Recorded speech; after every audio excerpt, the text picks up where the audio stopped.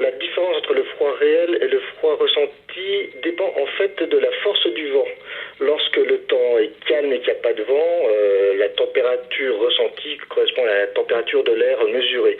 Par contre, lorsqu'il y a du vent, la température ressentie sera plus basse que la température réelle.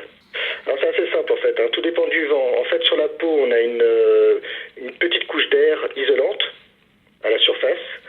Et lorsqu'il y a du vent, cette mince couche d'air isolante, elle est balayée par le vent. Et donc, on a l'impression qu'il fait plus froid. Même si la température de l'air mesurée est la même, l'impression sur la peau, donc sur le corps, est plus froide. Alors, la température ressentie se calcule en tenant compte à la fois de la température réelle de l'air et de la vitesse du vent. Donc par exemple, s'il fait 0 degré et qu'on a un vent de 50 km/h, la température ressentie sera de moins 8 degrés. Avec la même force de vent, donc 50 km/h, mais une température mesurée de moins 10 degrés, là la température ressentie sera de moins 22 degrés. Alors en fait, les régions les plus concernées où on parle souvent de température ressentie sont les régions froides, parce qu'il faut déjà que la température de l'air soit froide, et il faut aussi qu'il y ait du vent.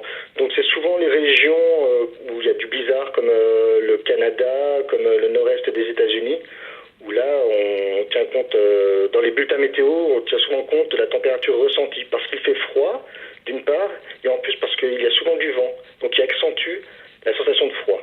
Et en France, par exemple, c'est surtout les régions de l'Est, les régions les plus concernées, parce que c'est là où il fait souvent le plus froid, et lorsqu'il y a un courant de bise, c'est là où la température ressentie est la plus basse.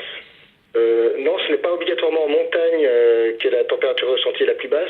Ça peut être également en plaine ou en région de plateau.